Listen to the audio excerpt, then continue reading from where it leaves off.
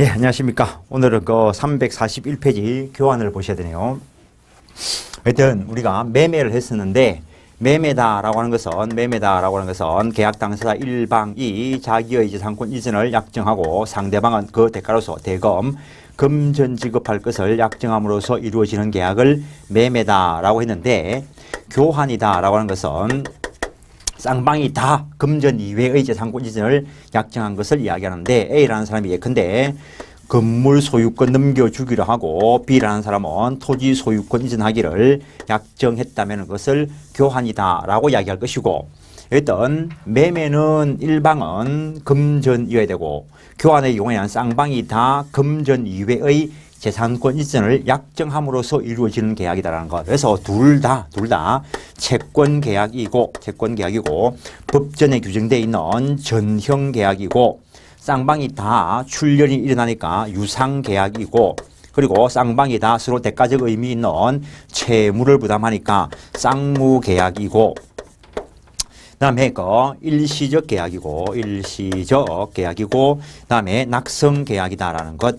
당연히 계약서 안 써도 되는 분료식 계약이다라는 것.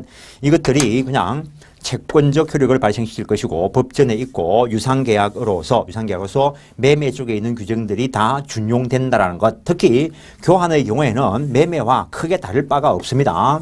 일방은 그 매매는 금전인데 쌍방이 다 재산권 이전을 약정했다는 거 차이이고, 그다음에 쌍무계약으로서 동시행항변권 위험부담이 나타나고 일시적 계약으로서 해제와 결합되고 낙성계약으로서 청약과 성낙의 일치만 있으면 계약이 체결될 수 있다는 것. 분료식 계약이라는 것은 계약서를 작성하지 않더라도 계약은 체결되고 효력이 발생한다는 것. 이러한 교환 계약이 체결되기 위해서 그냥 간단하게 마인드 잡습니다. 법률행위 성립 요건 갖추고 계약으로서의 성립 요건 갖추고 매매 쪽에 있는 예약의 법리와 계약금의 법리도 그대로 그 교환 계약에 준용되게 될 것이고, 성립되고 난 뒤에 효력과 관련되어서 쌍무계약으로서 동시행항변권, 위험부담, 그리고 이것도 제3자를 위한 계약과 결합될 수 있고, 그 다음에 해제 법리 적용될 수 있고, 매도인의 담보 책임도 교환에 그대로 적용된다는 것. 특히 매도인 담보 책임 종래에는 매매와 관련돼서 문제를 냈지만 이제는 교환과 관련돼서 문제를 내기도 합니다. 그래서 매매하고 그냥 99.9%가 똑같은 거니까 조문이 두 개밖에 없습니다. 개념 정리하기를 당사자 쌍방이 다 금전 이외의 재산권 이전할 것을 약정함으로써 이루어지는 계약이다. 그리고 재산적 가치가 동액이 아닐 때 특히 보충금을 지급하는 수가 있는데 여기에는 매매 대금에 관한 규정을 준용한다. 조문이 딱 그 두 개밖에 없습니다. 일단 341페이지 확인하시면 교환은 당사자 쌍방이 금전 이외의 재산권을 서로 이전할 것을 약정함으로써 이루어지는 계약이다라는 것. 재산권과 관련된 이야기니까 만약에 돈을 바꾸기로 했다면은 민법, 계약법 쪽에 있는 교환 계약이 아니고 별개의 이름 없는 거래계에서 행해지는 계약이다라는 것. 성질, 매매하고 똑같다는 거, 교환의 성립, 앞에서 매매까지 하면서 했던 것들 교환과 관련돼서 다시 한번 정리해 놓은 거에 불과하고, 교환의 효력, 법률행위로서 민법 총칙에 있는 이론들 다 적용되고 계약으로서 앞에까지 공부했던 것들이 여기에 그대로 적용될 것인데, 동그라미 2번 특히 보충금 지급 특약 약정이 있는 경우에는 매매 대금에 관한 규정을 준용한다라고 돼 있고, 교환의 쌍무계약 당사자 쌍방의 급부가 모두 이행불능이 된 경우에 이 경우에 대상 청구권 인정할 수 없다라는 것. 대상 청구권 저 앞에서 한번 한 적이 있습니다. A 소유의 토지를 B가 매입하기로 하고 대금을 지급하기로 했는데 이행기 전에 이게 수용되어 버림으로써 넘겨줄 수 없게 되었고, 이 수용됨으로 해서 수용보상금 청구권이 발생을 할 것인데, 즉 채권의 가치 변형물 때문에 발생한 이 수용보상금에 대해서 자기가 가져가고 싶으면 자기는 대금 지급하고 요걸 대신 받아갈 수 있는 거, 이걸 대상 청구권이다 라고 했는데, 즉 채권의 가치 변형물에 효력을 미치는 거다라고 이야기할 수 있습니다. 그런데 교환의 경우에 A 소유의 토지 요거 주기로 하고 실제 그 판례가 비소유의 토지 요걸 주기로 하는 교환 계약을 체결했는데 극단적으로 요거는 수용되면서 보상금 10억이 나오기로 되었고 요거는 수용되면서 보상금 5억이 나오게 되었다는 거예요. 그래서 B의 입장에서 교환 계약을 체결하고 빨리 이행했더라면 B가 저 10억을 받아갈 것 같았다는 거지. 그런데 그게 등기가 넘어오기 전에 수용되어 버림으로 인해서 각각 이것만큼씩의 보상금이 나오게 되었는데 B 입장에서 가만히 생각해 보니까 대상청구권 행사하면 자기가 이 돈을 받아갈 수 있을 것 같다라는 거지. 그런데 대상청구권 행사하려면 자기 채무를 이행을 해야 돼. 근데 이 경우에는 자기 것도 수용되어 버렸기 때문에 이행을 못할 상황이고 그렇다면 대상청구권 인정 안 된다라고 한 판례라는 것. 이건 오히려 채권법 총칙 쪽에서 중요한 문제로 다루어지는 것이지만 교환과 관련된 판례니까 살짝 소개를 해놓은 것입니다. 동그라미 1번 그냥 당연한 이야기를 써놓은 겁니다. 유상계약이니까 매매 쪽에 있는 것들이 다 준용된다라는 것. 그 정도 하시고 345페이지 임대차를 들어갑니다. 임대차 전형 계약이고 이제는 계속적 계약이다라는 것.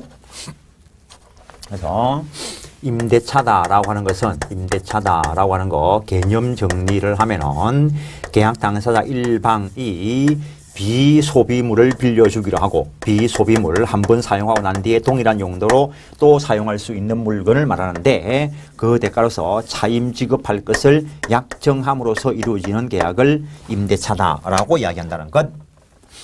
그래서 이것도 조금 더 생각해 보면은 임대차 계약 내나 법률 행위 다 민법 총칙에 있는 이론 적용된다는 거, 계약으로서 계약법 서론에 있는 거, 유상계약으로서 매매 쪽에 있는 규정들도 성질상 허용되는 한 다 준용되게 될 것인데 법전에 있고 전형 계약이다라는 것.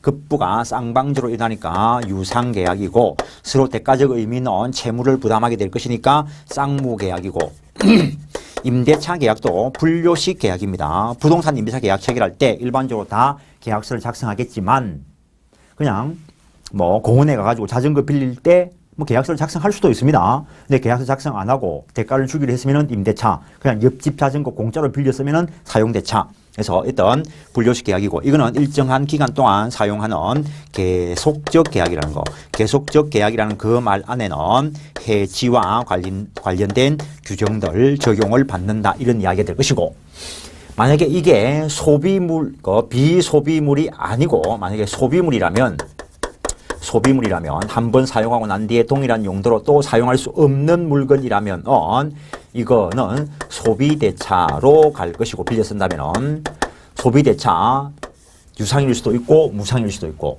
임대차의 경우에는 대가, 차임, 금전, 기타 유가물일 것인데 요걸 지급하기로 약정했으면은 임대차, 만약에 그냥 공짜로 무상으로 빌려 쓰게 됐다면은 민법에서 요거는 사용대차라 해서 별도로 규정을 두고 있는데 사용대차와 임대차의 세부적인 내용은 우리 시험 범위에 안 들어간다는 거. 그렇다면 이러한 임대차 계약은 어떻게 체결 성립될 것인가? 계약 성립과 관련된 일반적인 이야기는 이제 다 하고 왔습니다. 그래서 임대차 쪽에서는 일반적인 교과서에서는 성립과 관련된 이야기를 아예 안 쓰기도 합니다. 어쨌든 앞에서 계속 몇 번 이야기했는데 법률 행위에 성립 요건 갖춰야 되고 계약으로서 청약과 성락의 일치가 있어야 되고 그리고 유상계약이니까 임대차도 예약의 법리가 적용될 수 있고 계약금의 법리도 적용될 수 있습니다. 그래서 이러한 임대차 계약 체결되었다면 이거는 계속적 계약으로서 존속기간에 관한 규정이 있습니다. 존속기간. 이 최근에 위헌 판결 받은 것이 있는데 종래에 최장기 제한과 관련되는 규정이 있었는데 석조, 석계조, 연화조, 기타 견고한 건물 소유를 목적으로 하는 토지 임대차의 경우에는 20년을 넘어설 수 없다. 최장기를 제한하는 규정이 있었는데 요 자체가 전체 위헌 결정을 받아서 없어진 거다라고 생각을 하시면 됩니다. 그 다음에 최단기 보장과 관련되어서 최단기 보장과 관련돼서 민법에는 규정이 없습니다. 주택임대차보호법상 최단기 2년 보장 규정이 있고 상가 건물임대차보호법상 최단기 1년 보장 규정이 있습니다. 교과서에서 앞쪽에서 이야기를 해놨는데 지금 임대차면서 채권 쪽으로 바로 들고 왔는데 오늘날 이 임차권이 물권화 경향에 있다는 것. 물권화 경향에 있다라고 표현하는 것이지 물권이다라고 이야기 안 했습니다. 임차권이 물권과 유사한 작용을 할 수 있다라는 것. 이와 관련해서 이야기해 볼 수 있는 게 임차권이 대항력이다라고 하는 것을 취득할 수 있다는 것. 원래 임대차는 채권 계약이니까 A 소유의 민법책을 B가 A와 빌려 쓰는 계약을 체결했으면 A한테나 빌려달라 할 수 있는 것이지 C가 그것보다 더 좋은 민법책을 가지고 있다고 해서 A와 체결해놓고 C한테 가서 그거 빌려달라 소리를 할 수 있는 것은 아니라는 거. 별도의 계약을 체결하지 않는 한. 그래서 계약관계는 자기들끼리의 문제다라는 것. 그래서 만약에 B가 이 민법책을 가지고 있는데 누군가가 요걸 뺏어서 들고 가면은 요 빌려 쓰는 임차권, 대가를 지불하고 빌려 쓰기로 한 이 임차권 가지고는 C한테 주장할 권리가 없습니다. 이 사람이 임차인으로서 빌려 쓰기로 했다 하더라도 A가 소유자이고 소유권에 기해서 방해, 배제, 반환 등을 청구할 수 있습니다. 근데 요 B가 들고 있었더라면 점유가 있으니까 점유권에 기인한 물권적 청구권이 있습니다. 이 사람은 직접 점유권에 기인한 물권적 청구권이 있고 이 사람은 간접 점유권이 있습니다.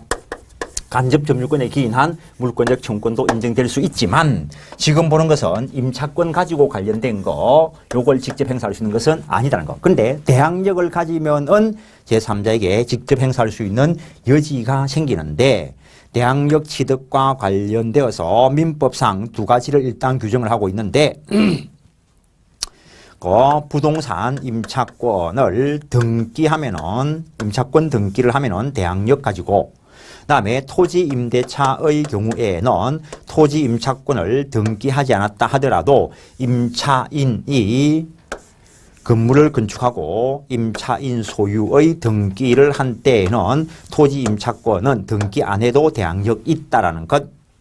그다음에 주택임대차보호법상 주택의 인도와 주민등록을 갖춘 다음 날부터 대항력이 있고 상가 건물 임대차보호법상 상가의 인도와 사업자 등록을 한 다음 날부터 대항력이 있다는 것. 이러한 대항력이 있으면 물권과 유사한 작용을 한다는 것. A 소유의 부동산 B가 임차인으로서 이제 대항력을 가지고 있다면은 누군가가 여기에 불법적으로 침해하면은 요 대항력 있는 임차권에 기해서 방해 배제 청구할 수 있고 점유를 하고 있으면 점유권에 기한 방해 배제 청구할 수 있고 이 사람은 간접 점유권에 기한 방해 배제 청구권이 있고 이 임대인이 소유자라면 소유권에 기한 물권적 청구권 행사할 수 있고 이런 식으로 작용하게 된다는 것. 이 전체 종합되는 것은 물권까지 가야 느껴질까 할 것이고 그 다음에 종래에 여기서 최장기 보장과 관련되는 이런 것들이 뭐 물권화 경향과 관계가 있다라고 했는데 이제는 이것이 위헌 판결을 받아버렸기 때문에 큰 문제는 없고 그 다음에 최단기 보장과 관련되는 이것도 물권화 경향과 관계가 있다라고 설명한다는 것. 그 다음에 임차권 처분 가능성 있다라는 것. 이런 것들 한번 생각해 볼 수 있습니다. 그 다음에 단기 임대차다라고 하는 것이 있는데 단기 임대차다라고 하는 것이 있는데 이 단기 임대차라는 것은 장기 부분을 제한해 놓은 것을 이야기합니다. 처분권 없는 자라 하더라도 처분권 없는 자라 하더라도 임대인이 될 수 있습니다. 어차피 임대차 계약은 채권 계약이기 때문에 소유자 아니어도 임대인으로서 임대차 계약을 완벽하게 유효하게 체결할 수 있는데 처분권 없는 자가 임대차 계약을 체결했을 때 장기 부분을 원래 종래 이것보다 짧게 해놨기 때문에 단기 임대차다라고 이야기하는데, 토지 임대차의 경우에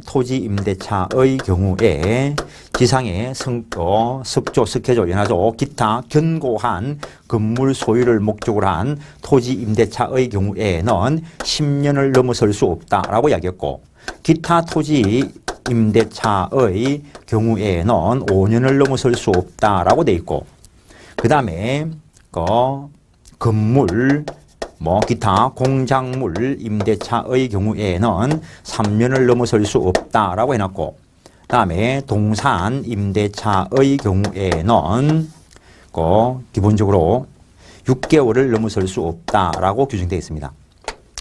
이게 이 단기 임대차가 갱신될 때 요 경우에는 1년을 넘어설 수 없고, 이 경우에는 3개월을 넘어설 수 없고, 이 경우에는 1개월을 넘어설 수 없다, 이런 규정들을 두고 있는데, 개인적으로는 이런 거 기억하는 건 별로 안 좋아합니다. 근데 중개사에서는 하도 유치한 것들이 간혹 한 개씩 나오기 때문에 그냥 한번 확인해 본 겁니다. 그래서 이러한 존속 기간 동안 어떤 필기할 것들이 있으니까 일단은 지웁니다.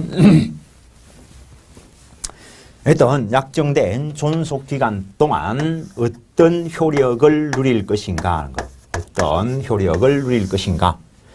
역시 이 계약의 효력이라는 것은 권리 의무와 관련된 이야기인데, 임대인 쪽의 의무는 임차인 쪽에서 바라보면 권리가 될 것이고, 임차인 쪽의 의무는 임대인 쪽에서 바라보면 권리가 될 것이다라는 것. 이때 임대인의 주된 의무는 빌려주기로 한 그 목적 물건을 제공을 해서 임차인이 사용 수익하게 하도록 할 의무가 있다는 거. 요걸 넘겨받아서 사용하는 그 권리를 임차권이다라고 이야기할 것이라는 거. 당연히 이때 임대인은 차임 지급 의무가 있고, 달리 정한 바가 없으면 이 차임 지급은 후급이 원칙이다라는 것. 동산이나 건물 대지에 대해서는 매월 말에 기타 토지는 매년 말에 해서 기본적으로 후급이 원칙이라는 것. 그래서 토지와 관련해서 수확기 있는 것이라면 수확 후 지체 없이, 그래서 민법 규정상 후급이 원칙인데 실제 거래계에서는 대부분 선급으로 받습니다. 공원에 가가지고 자전거 빌려 탈 때 타고 와서 돈 주는 게 아니고 미리 돈 주고 타고 하죠. 그래서 실제 거래계에서는 선급되게 하는데 법문상으로는 일단 후급이 원칙이라는 거. 근데 관행상 보증금을 선지급할 수 있는데 민법 조문에는 일단 규정 없습니다. 저 뒤쪽에 가서 살짝 보기로 하고, 여기서 보고 갈까요? 보증금이라는 것은 연체 차임 또는 임대차와 관련된 임차인의 채무를 담보할 목적으로 또는 신용수수의 목적으로 선지급하기도 한다라는 것. 보증금이 선급되었다 하더라도 민법 조문에는 규정 없다 했습니다. 주임법, 상임법상 특별법을 주게 된 이유는 이 보증금이 선급됨으로 인해서 임차인에게 피해가 발생할 우려가 있기 때문에 임차인 보호를 위해서 민법에 대한 특별법으로서 규정해 놓은 것이 주택임차보호법, 상가건물임대차보호법이 되는 것이고, 일단 보증금이 선지급되어 있다 하더라도 차임이 있을 경우에, 즉 일부는 보증금, 일부는 차임, 즉 속칭 거래계에서 전월세 이렇게 이야기를 하는데, 이러한 대항력 있는 임차권을 채권적 전세다라고 이야기할 수 있습니다. 살짝은 다른 개념이지만 일단 기본적으로 일부는 차임을 지급하게 됐을 때 이 임차인 쪽에서는 연체 차임을 보증금에 충당하라고 요구할 권리가 없고 존속기간 중에는 임대인만이 연체 차임을 보증금에 충당할 권리를 가진다는 것. 당연히 충당되는 건 아니고 충당하게 할 수 있다는 것. 따라서 이 사람은 2기 이상 차임을 연체할 때 보증금으로 충당하지 않고 이 사람은 바로 해지시켜버릴 수도 있습니다. 경우에 따라서는 연체 차임을 보증금으로 충당하고 나중에 끝나고 난 뒤에 보증금에서 공제하고 주면 될 것이고, 그래서 존속기간 중에는 당연히 보증금에서 연체 차임이 공제되는 것은 아니다는 것. 이 사람의 의사표시에 따라서 공제될 수 있고 존속기간이 끝나고 난 뒤에는 당연 공제시킨다는 것. 그 다음에 사용수익하도록, 임차인이 제대로 사용수익하도록 제공할 의무가 있다. 그 말은 수선 유지 의무가 임대인에게 있다라는 것. 이때 이것을 제대로 수선하지 않아서 임차인이 목적물을 유지시키기 위해서 들인 필요비가 있을 수도 있고 또는 가치를 증가시킨 유익비가 있을 수 있다는 것.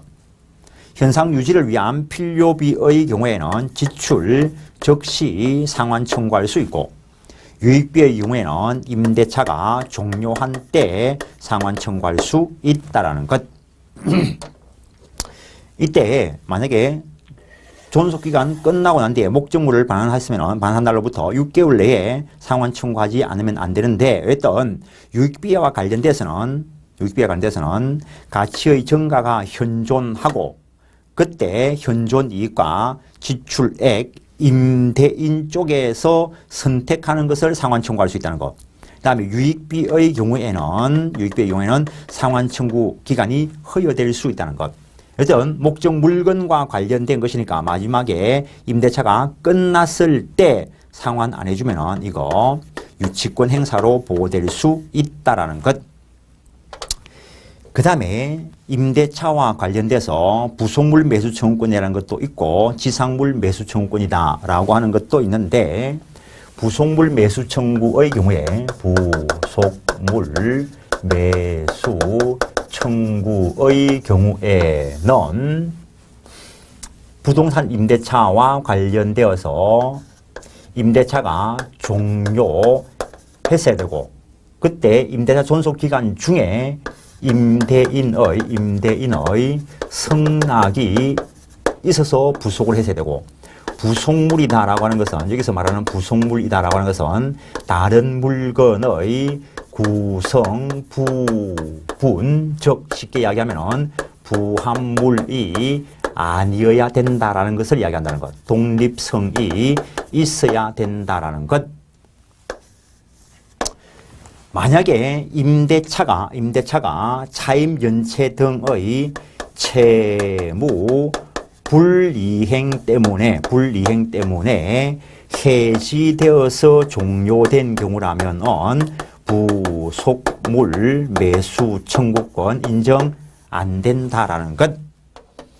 그다음에 요거는 결국에 임대 목적물의 가치를 증가시키는 것과 관련되어야 객관적 가치를 증가시키는 것과 관련된 것으로서 오로지 임차인의 특수 목적을 위한 경우라면은 부속물 매수 청구권 인정 안 된다는 것.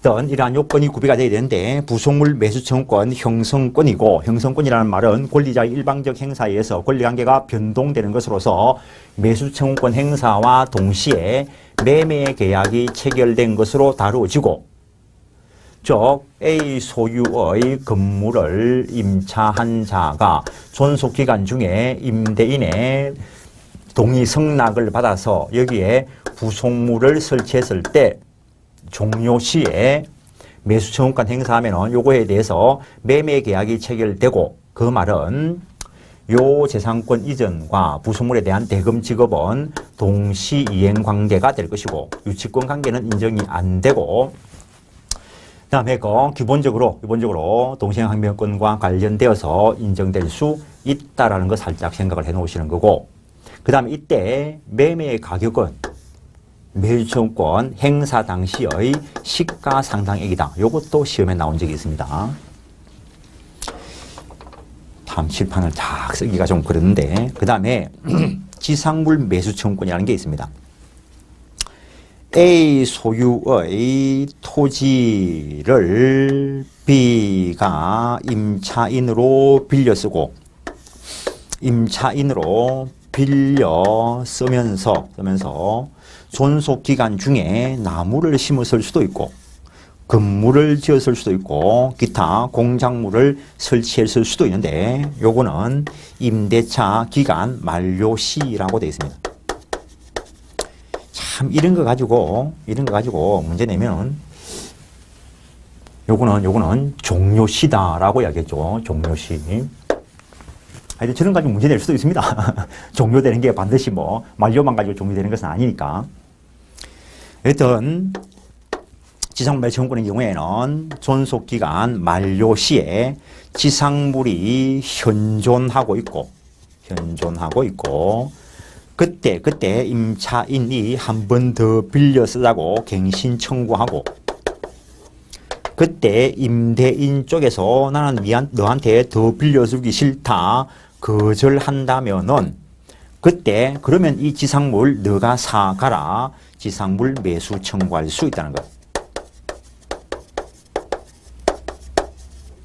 나중에 전세권 쪽에 가면은 부속물 매수 청구권이 건물 전세와 관련되어서 설정자와 건자 양쪽에 다 있습니다.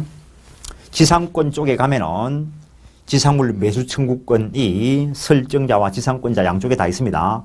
그런데 건물 임대차와 관련돼서 토지 임대차와 관련돼서 부속물 매수 청구권, 지상물 매수 청구권 임대차의 경우에는 일정한 요건 하에 임차인에게만 인정한다는 것도 기억은 좀 하고 계셔야 됩니다.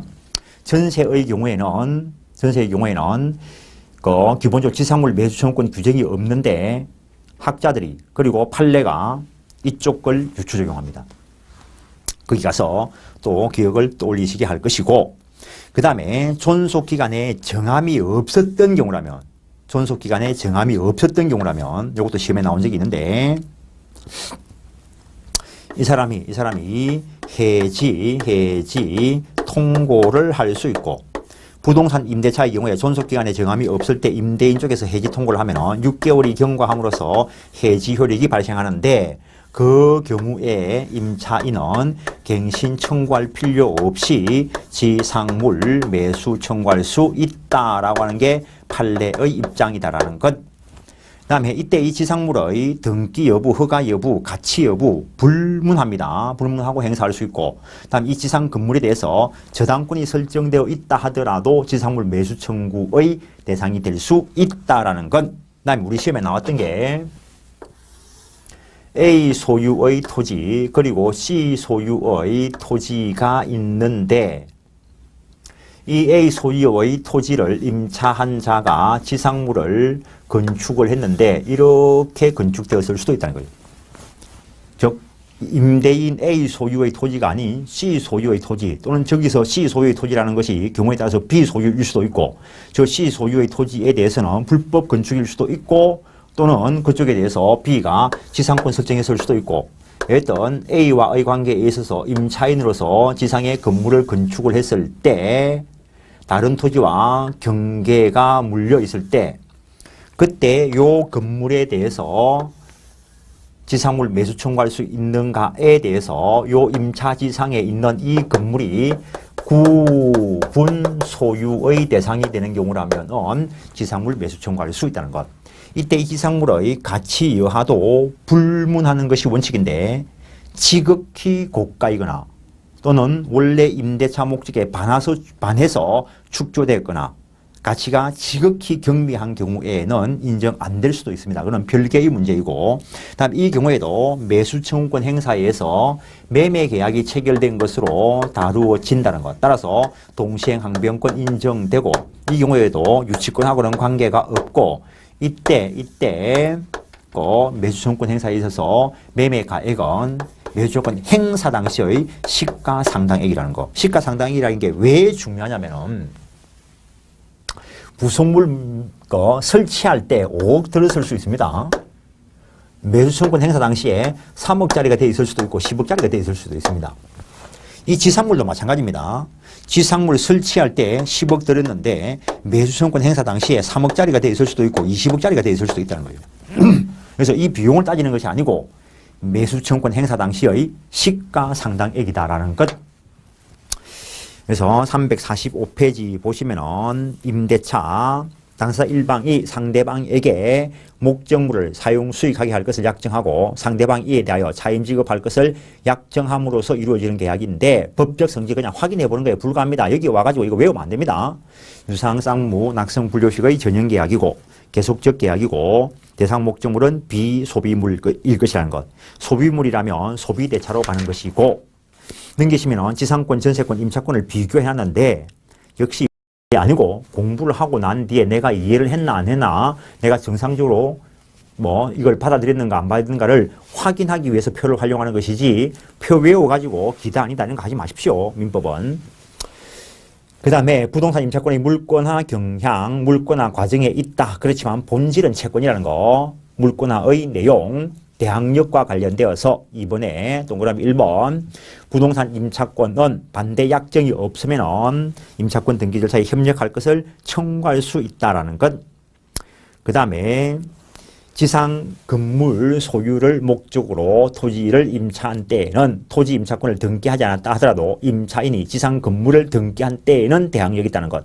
그 다음에 주임법 상임법상 대항력 갖출 수 있고 주임법 상임법에 가서 상세하게 설명될 것이고 대항력이 있다면 침해자에게 직접 방해배제 청구할 수 있고 손해 있으면 손해배상 청구할 수 있다라는 것.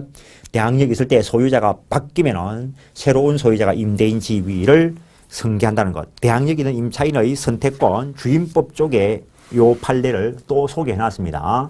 근데 여기서 살짝 보고 가면은 A 소유의 건물에 대해서 B가 임차인으로 빌려 쓰고 대항력 갖추고 확정일자 갖춤으로써 우선 변제권도 취득을 했다는 거.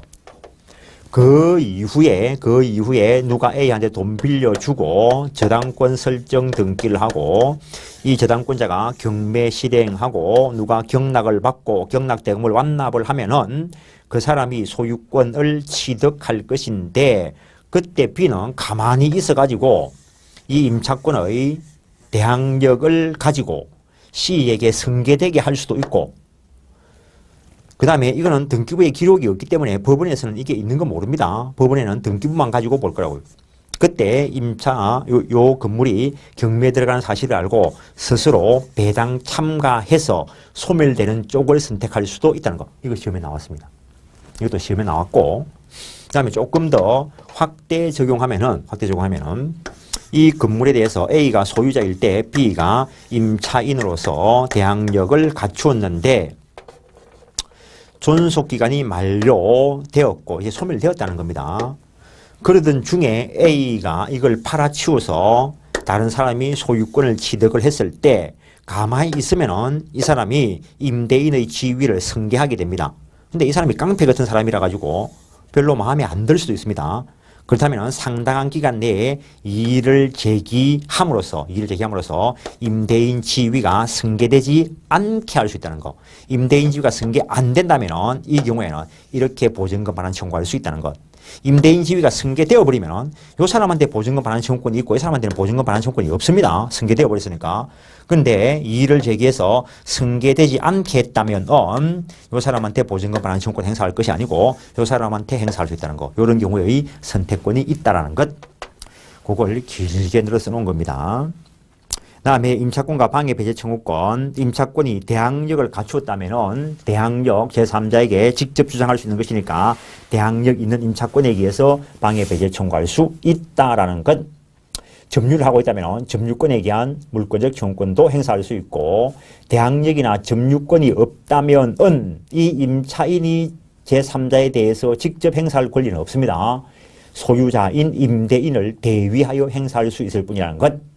존속기간 보장과 관련해서 종래 최장기 제한 규정과 관련된 이야기가 있었는데 최장기 제한 규정이라 하지만 이게 왜 강력한 효력이 주어지냐면은 전세권의 경우에는 물권이지만은 10년을 넘어설 수 없어 이래 돼 있습니다. 그런데 임차권은 채권임에도 불구하고 20년까지 갈 수 있으니까 상당히 강력한 효력을 준 것이고, 그 다음에 652조의 규정이 없는데도 대법원 판례가 이걸 강행 규정으로 해석을 해 왔었고, 그런데 헌법재판소에서 이거 그냥 사적 자체의 원리 위배다. 그래서 위헌 판결 내렸습니다. 그 다음에 2년, 1년이 또 뭐 여러 번 보게 될 것이고, 그 다음에 법정갱신과 관련되어서 이 법정갱신에 관련된 규정이 전세권 쪽에도 있고, 이 임차권 쪽에도 있고, 주임법, 상임법 쪽에도 있습니다. 주임법, 상임법 쪽에 있는 그 규정은 전세권 쪽에 있는 거하고 유사합니다. 그래서 임대차 쪽에 있는 이 법정갱신은 그쪽에 있는 것과 다른데, 기간 만료 후 임차인이 계속 사용 수익을 하는데 임대인이 상당 기간 내에 이의를 제기하지 않을 때는 앞의 것과 동일한 조건으로 갱신된 것으로 본다. 그러나 존속기간은 정함이 없는 것이 된다는 것. 존속기간에 정함이 없는 것이 된다면 해지 통지가 가능하다로 연결될 것이고, 합의에 의한 갱신 할 수 있는데 10년을 초과할 수 없다 됐습니다. 다음 임차권 처분할 수 있고, 그 다음에 차임, 민법상 차임에 대한 규정은 있지만 보증금에 대한 규정은 없습니다. 주임법, 상임법에는 보증금에 관한 규정이 있고, 그 다음에 임대인의 해지로부터 보호 한번 읽어보시고, 임대차의 성립 요건, 법률 행위로서 요건 갖춰야 되고, 계약으로서 요건 갖춰야 되고, 임대 목적물은 비소비물이면 되고, 타인 소유물이어도 상관없다라는 것. 왜냐하면 임대차 계약이 채권 계약이기 때문에 빌려 쓰게 하기로 해주기로 한 그날까지 쓸 수 있도록 제공할 의무를 부담한 것이지 내가 소유자일 필요는 없다라는 것. 채권 계약이라는 말 안에 그런 말이 들어있는 것이고, 그 다음에 앞에 시간에 그런 말 했죠. 임대차 목적물이 반드시 임대인의 소유라야 되는가? 그럴 필요 없다는 거. 소유자가 누군가는 중요 부분 아니기 때문에 원칙적으로 차고를 이유로 취소할 수 없다는 거. 그러나 계약 내용에 임대인 소유일 것을 내용으로 하고 있었더라면 중요 부분 차고 취소 연결될 수 있다는 것. 차임, 대가 지급하는 것이고, 금전에 한하지 않고 기타 유가물이어야 된다. 참 이거 볼 때마다 옛날 생각이 나는데, 제가 어릴 때 시골에서 그 소작을 했죠. 소작을 할아버지께서. 그러면 A 소유의 토지를 B가 소작을 하면은 그 1년 동안 차임을 안 줍니다. 안 주고 나중에 그 벼 수확할 때 그때 주인이 와가지고 딱 서 있는 거지. 그때 받아간다는 거지. 그때 수확량을 보고 수확량에 얼마를 받아간다는 거. 요거 지금 여러 가지 이야기했습니다.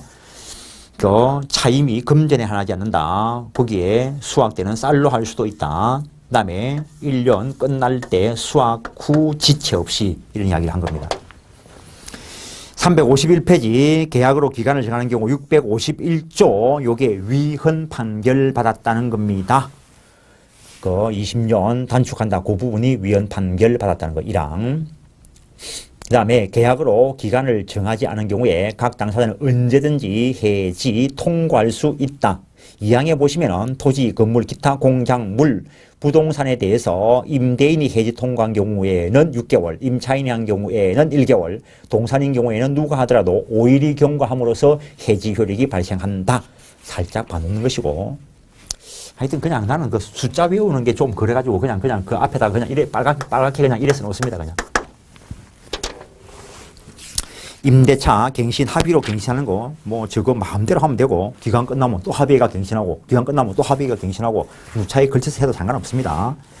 352페이지 법정갱신 앞에서 조문을 보셨고, 그 정도 하시고 한번 읽어보시고, 그때 동그라미 3번 법정갱신되었을 때 제3자가 제공한 담보는 소멸한다는 거.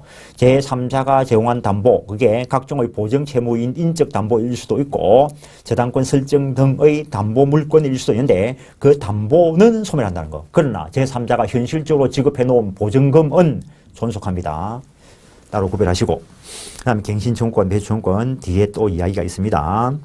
계약으로 기간을 정하지 않은 경우 조금 전에 조문을 보셨고 읽어는 보시고, 단기 임대차 처분권 없는 자, 그 2번에 그런 예를 들어놨습니다. 권한을 정하지 않은 대리인, 우리가 민법 총칙에서 할 때 했습니다. 권한이 명확하지 않는 자는 보존 행위는 제한 없이 할 수 있지만 이용 계량 행위, 관리 행위는 성질을 변경시키지 않는 범위 내에서 가능하다 했는데 그 권한을 명확하게 정하지 않은 대리인은 처분 행위는 할 수 없다 했습니다. 그런 처분권 없는 자가 임대차 계약을 체결했을 때 임대차 계약은 처분 행위 아닙니다. 채권 행위입니다. 이걸 했을 때 기간을 10년, 5년, 3년 그리고 6개월로 제한했다는 것. 그 단기 임대차가 갱신될 때 토지의 경우에는 1년, 건물 기타 공작물은 3개월, 동산의 경우에는 1개월 내에 갱신해야 된다는 거. 만료 전. 그 정도 하시고. 그다음 임대차의 효력. 표를 그려놓은 이유가 균형 감각을 가지고 요게 임대인 쪽의 의무니까 요쪽 임차인 쪽에서 그게 권리를 어떻게 될까? 임차인 쪽의 의무는 임대인 쪽에서 권리가 어떻게 될까? 그걸 표를 가지고 균형을 맞춰가 그려놨는데 그 박스 때문에 순서 없이 좀 되어버리는데 공부하실 때 한번 살짝 생각해서 기억을 해보시라는 것이고 임대인의 의무, 임대인은 임차인이 목적물을 사용 수익하게 제공할 의무가 있다라는 것. 그래서 목적물을 사용하도록 인도해 줄 의무, 그다음에 방해에 제거해 줄 의무가 있고, 그다음에 임차인이 제대로 사용하도록 수선 유지해 줄 의무가 있다는 것. 그래서 수선 유지 의무를 제대로 이행하지 않았기 때문에 이쪽에서 들인 비용이 있으면은 필요비는 지출 즉시 유익비는 임대차가 종료한 때 상환 청구할 수 있다라고 되어 있는데 이 비용 상환 청구권 규정은 임의 규정입니다. 부속물 매입 청구권, 지상물 매입 청구권 규정은 강행 규정입니다. 그래서 저걸 기억하는 방법과 관련해서 민법 총칙에서 한번 하고 왔습니다. 어떻게 하고 왔냐면은 요게 옛날에 이 위헌 판결 받기 전에 존속기간과 관련되는 것이 강행 규정이고 요것과 관련되는 해지 규정 강행 규정이고 그다음 이 사이에 차임 정감 청구권 강행 규정이고 끝나고 났을 때 했던 부속물 매수청구권, 지상물 매수청구권 이런 것들이 강행 규정이다라고 했는데 했던 존속기간 요 부분은 위헌 판결을 받아서 무효 없어졌다는 거. 그래서 그런 기준을 가지고 기억을 하시라는 거. 어떤 비용 상환 청구권과 관련되는 임대인 수선 의무 이 부분 임의 규정이고 면제 특약할 수 있다는 거. 그런데 대수선이라면 언제나 임대인이 부담해야 됩니다. 다음에 임대인의 보존 행위에 필요한 행위에 대해서 인용할 의무가 있고 비용 상환 청구와 관련된 것은 임차인 쪽에서 서술해 놓고 다음에 매도인의 담보 책임 그 규정이 다른 유상 계약에 준용된다 했습니다. 임대차 쪽에도 그대로 그 법리가 적용됩니다. 임대인의 보호 의무와 관련된 이것도 시험에 나온 적이 있습니다. 항상 내가 시험에 나온 적이 있습니다 라고 이야기하는 것은 시험에 나오기 전에 내 책에 있었습니다. 염두에 두시라고. 통상의 임대차의 경우에는 임대인은 도난 방지 안전 배려 의무 없습니다. 주택 임대차의 경우에 이 사람 임차인이 사용할 때 이 임대인 쪽에서 도난 방지 안전 배려 의무가 있는가 없다는 거지. 만약에 있다 하면은 맨날 집 지키고 있어야 되지 뭐. 근데 이게 여관 숙박업을 운영하는 사람이고 숙박 계약도 임대차 계약 맞습니다. 숙박 계약도 임대차 계약이 맞지만 이 경우에는 본질적인 관리를 임대인인 숙박업자가 하고 있기 때문에 투숙객의 도난 방지 안전 배려 의무가 숙박업자에게 있다는 거. 둘 다 기억을 하십시오. 둘 중에 한 개는 시험 나왔습니다. 그러니까 시험이 아무 때나 나오는 게 아니고 이게 약간 균형 감각을 먹고 보면은 어느 걸 기준으로 할 것인가 항상 조금 대비되는 것들이 있는 그 부분이 집중적으로 시험에 나옵니다. 내가 계속 수업을 하면서 두 개 중에 한 개는 시험 나왔습니다 라고 하면서 넘어온 그 부분에서 항상 그런 게 있었습니다. 조건과 기한 할 때 요거 시험에 나왔습니다 하면서 그 대비되는 걸 하나 이야기하는 게 있는데 민법 총칙 조건과 기한입니다. 하여튼 그때 기억이 났는데 이야기를 할까 말까 하다가 넘어온 것들이 있습니다. 정해진 시간 내에 끝내고 해야 되니까 지금 생각났으니까 하나 하죠. 조건과 기한할 때 A 소유의 임차물 이걸 빌려 쓰면서 보증금 지급해 놓고 이 사람이 지금 이사 가야 되는데 서울에서 부산으로 이사 가야 되는데 지금 A가 돈이 없어서 이사 끝나고 난 뒤에 보증금을 못 주고 있을 때 약정하기를 요 목적물이 누군가에게 임대되거나 매매되었을 때, 그때 보증금 주겠다라고 했을 때 요것은 조건이 아니고 불확정 기한이라 했습니다. 채무 이행기를 연기시킨 불확정 기한이다라고 이야기했고, 기한의 경우에는 그 사실이 도래한 때는 물론이고 발생하지 않을 것으로 확정된 때에도 기한은 도래한 것으로 본다라는 것. 그래서 나중에 A가 돈을 안 주니까 B가 찾아보니까 누군가 이걸 공짜로 사용대차로 빌려 쓰게 하고 있다면 지금 당장 임대 매각하지 않을 것이 드러났기 때문에 기한은 도래한 것이다. 보증금 지급하라 라고 말하는 거죠. 만약에 기한이 도래된 것이 아니라고 본다면 B는 돈 달라 할 방법이 없어집니다. 그러면 A는 항상 이런 상황을 이용해 버릴 거라고요. 그런데 이번에는 A 소유의 부동산을 B가 임차인으로 빌려 쓰기로 했는데 언제까지 임차하기로 했냐라고 하면은 B가 매입할 때까지 임차하기로 했다는 거죠. 이거는 조건인가 기한인가? 이거는 기간에 정함이 없는 임대차라고 봅니다. 이거는 둘 다 시험에 나왔을 거라고요. 그래서 항상 비교, 대비되는 쪽이 집중적으로 시험에 나온다는 거. 그 다음에 법정 담보 물건과 관련돼서 나중에 그 물건법 공부해 보면 당연히 알 수 있는 내용인데, 물론 질권이 우리 시험 범위에 안 들어가기 때문에 세부적으로 공부하지는 않습니다. 1번, 2번 같이 보면은 거기에 동산, 과실, 임차인 소유의 동산이나 과실을 임대인이 임대차와 관련된 채권에 기하여 압류하면은 질권의 효력이 있다라고 해놨습니다. 원래 압류는 채권과 관련된 것인데 이러한 요건 하에 압류하면은 질권과 같은 강력한 효력을 주겠다는 것이고, 오른쪽에 토지 임대차와 관련돼서 변제기를 경과한 최후 2년 차임 채권에 기하여 지상에 있는 임차인 소유의 건물을 압류한 때에는 저당권과 동일한 효력이 있다. 원래 저당권은 등기부 얼구에 저당권 설정 등기가 되어야 됩니다. 그런데 이 요건 하에 갑구에 압류 등기가 되어도 저당권과 같은 효력이 인정된다는 거. 원래 단순한 일반 채권에 기한 압류라면은 우선 변제권이 없습니다. 다른 일반 채권과 안분 배당을 하게 되는데 저당권과 관련되는 효력을 주어진다면 우선 변제를 받는다는 것. 그와 관련된 아주 깊이 있는 문제도 우리 시험에 나왔습니다. 나중에 물권법 쪽에 가서 공부할 것이고. 그 다음에 임차인은 사용수익권이 있다는 거. 용법에 따라서 사용수익하면 되고. 그 다음에 대항력 취득과 관련되는 거 앞에서 한 거 다시 한번 정리해 놓은 것이고, 다음 비용 상환 청구권, 필요비의 경우에는 지출 즉시 상환 청구할 수 있다는 거. 유지, 보존을 위한 비용을 필요비라 하고, 유익비라는 것은 가치를 증가시킨 것을 말하는데 358페이지 2번의 행사시기, 필요비는 지출 즉시, 유익비는 임대차가 종료한 때. 근데 목적물이 반환되어 버렸다면 6개월 내에 상환 청구해야 된다는 것. 그 기간 지나버리면 더 이상 행사하지 못한다는 이야기가 될 것이고, 그 다음에 비용 상환 청구권 규정 앞에서 말했습니다. 임의 규정이기 때문에 배제 특약할 수 있다는 것. 그런 배제 특약이 없을 때 임대차가 종료되었다고 목적물 반환 청구권 행사해 오면은 나는 이 비용 상환 청구권에 기해서 유치권 행사해서 못 주겠다 할 수 있다라는 것. 그리고 기본적으로 임대차 유익비와 관련돼서는 상환기간이 허여되어 버리면 변제기가 도래하지 않은 것이 되기 때문에 유치권 성립이 배제된다라는 것. 임대차에는 필요비와 유익비 상환 청구권 규정이 있습니다.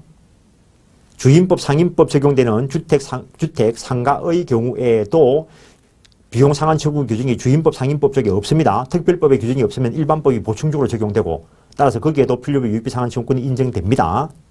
근데 물권법 쪽에 들어가면 지상권과 전세권의 경우에는 유익비 상환 청구권은 있어도 필요비 상환 청구권은 없습니다. 그 이유는 거기 가서 설명할 겁니다. 그래서 뭐에 무슨 권리가 있고 뭐에 무슨 권리가 있고 이것도 법 조문에 있기 때문에 그런 게 아니고, 법이 이유가 있기 때문에 거기는 유익비만, 여기는 유익비 필요비다. 이렇게 규정해 놓은 것이라고요. 그럼 똑같이 규정할 것 같으면은 따로 할 필요가 없지. 몽땅 틀어가지고 전임직권 이렇게 하지 그냥. 구별해 놓은 이유가 있습니다. 법 조문, 이 구별된 게 아니고 원래 구별되기 때문에 법 조문을 그렇게 박아 놓은 거라고요. 민법적 사항은 민법 조문에 기재되기 전에 이미 현실적으로 존재했습니다. 과거에 2000년 전에. 그걸 2000년 전에 이렇게 규정을 했고 그게 점차점차 발달해 온 것이 있다는 것이고, 물권에 들어가면은 이 채권법을 이렇게 열심히 공부하고 있는데 전부 로마법에 그대로 다 있어. 2000년 전에 만들어 로마법에 다 있어. 물권법에 있는 것도 2000년 전에 만들어 로마법에 다 있어. 우리나라에서 만드는 거 딱 한 개 있어. 전세권. 우리나라에. 전 세계적으로 전세권은 대한민국에만 있어요. 그 다음에 이 유치권 몇 번 이야기 나오는데 유치권이 로마법에는 채권으로 들어있어요. 우리나라에는 물권으로 들어있어요. 전부 다 그 말 나온 김에 로마가 전 세계를 3번 통일했다 이런 말 이야기합니다. 전 세계를 3번 통일했다. 한 번은 무력으로 통일하고 그 당시에 로마 사람들이 생각하는 전 세계는 지중해 연안만 말합니다. 오늘날과 같은 전 세계가 밝혀진 것은 16세기 이후입니다. 16세기 이후 500년도 안 됐어. 그래서 지중해 연안을 전 세계를 무력으로 통일하고 그 다음에 종교로 통일하고 그 다음에 법으로 통일하고 지구상에 남아있는 법 이론은 거의 로마법만 남아있습니다. 우리가 우리 할아버지의 뼛속 깊이 물려받은 전통적인 대한민국 고조선 시대의 법이 지금 이게 아니고 어느 날 갑자기 흘러들어오는 로마법을 공부하고 있는 거라고. 그러니까 어려워서 미치겠는 거지. 내가 뼛속에 흐르고 있는 건 다른데.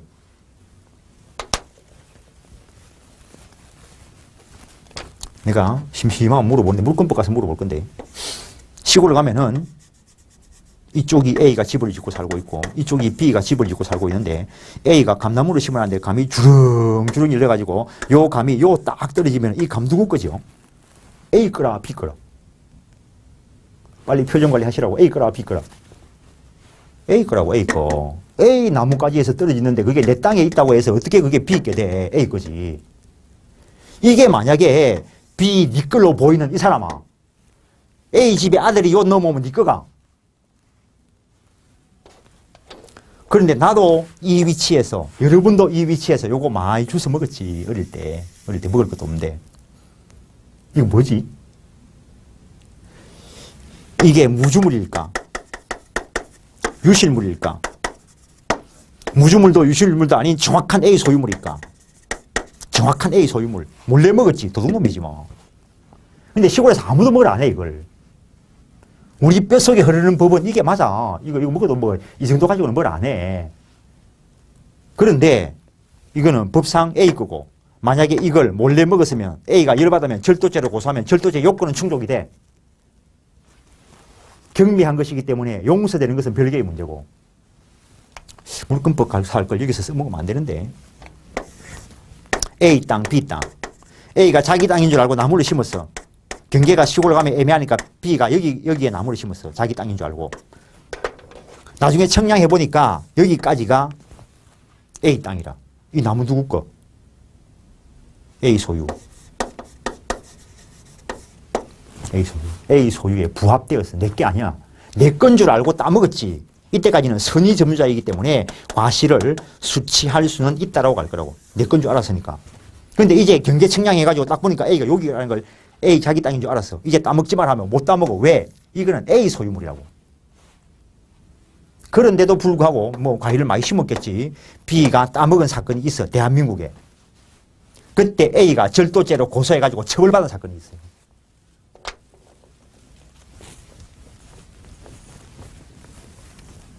우리는 시험 공부를 하는 거고 시험 공부하는 이 법은 피도 눈물도 없어.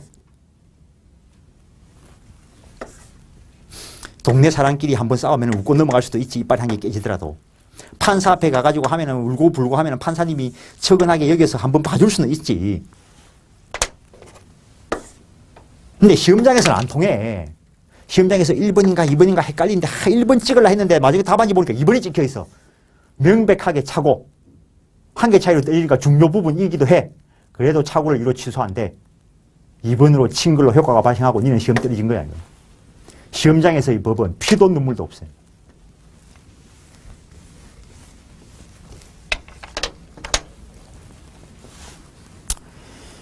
그 비용상한증후권 관련돼서 유치권 또 그런 부분들은 물권법 쪽에 가서 할 거고 시간이 애매하긴 할 건데 그래도 뭐 그냥 확인하시지. 359페이지.